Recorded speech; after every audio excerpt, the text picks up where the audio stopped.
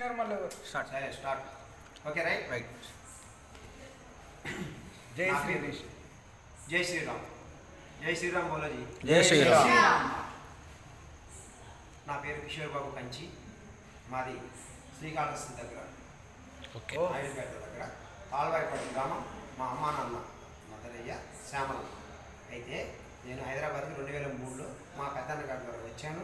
ఇక్కడ నానా కష్టాలు పడి అకౌంటెంట్గా తయారయ్యాను. అకౌంటెంట్గా జాబ్ చేసి పండిపోయాను. వాళ్ళు కొమ్మలు లేక పోగొట్టి బయటకు చేశారు. నంబర్ 1 నమ్మక ద్రోహులు వాడు.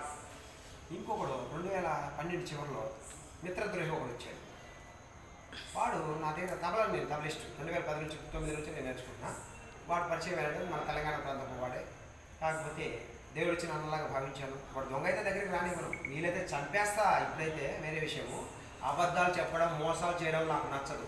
ఒకవేళ ఎవడన్నా చేస్తే నా దృష్టికి తీసుకురండి. నా నంబర్ ఇస్తాను కింద వీడియోలో. మీరు నా నంబర్ కాంటాక్ట్ చేయండి. మీరు ఏం భయపడద్దు, బాధపడద్దు.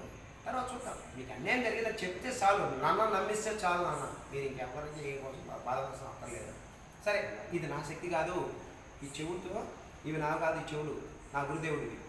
నా గురువు గారు శ్రీ శ్రీ శ్రీ రాధా మనోహర్ దాస్ ప్రభువుల వారు. కాబట్టి నేను చచ్చిపోయే దశలో నా రాధా సార్ నాకు లైఫ్ ఇచ్చాడు. గుండుగాడు. గరికిపాటి నా కొడుకు కాదు. ఎందుకంటే గరికిపాటి పండితుడు కావచ్చు. ఆంజనేయ స్వామిని అవమానించాను. నా కొడకాను వెడన కనబడితే నీ కండవాతో నేను ఎలాడిస్తారా అని అన్ని వాడిని నేను. వాడికి చొక్కా దించుకునే వీరాభిమాని కూడా నేనే. టోటల్ కవర్ చేయాలి, ఫుల్ బాడీ. అయితే అటువంటి వాడికి ఫోన్ చేశాను. వాడి నెంబర్ కోసం కూడా 10 ఏళ్ళు కష్టపడ్డా, తపస్సు చేశాను. దొరికింది. గరికపాటి నెంబర్ నా దగ్గర ఉంది. కానీ వాడు వేస్ట్ అంటున్నా. ఆయన పండితుడు కదా, రెస్పెక్ట్ ఇవ్వాలి కదా.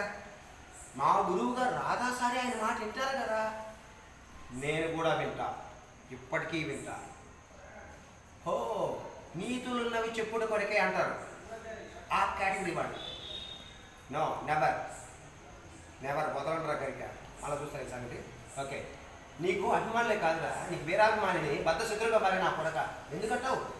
నీ బుద్ధి నేతను మా. ఓకే మింగేసా. అయితే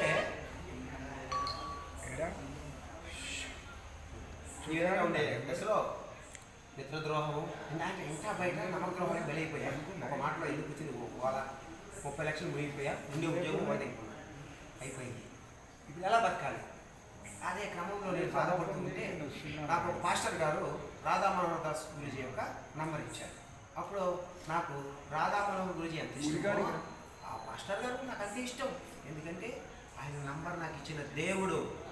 పాస్టర్ గారు ఆయన పాద పూజ చేసి నేను మాట్లాడతాను. 3 minutes అయిపోయింది.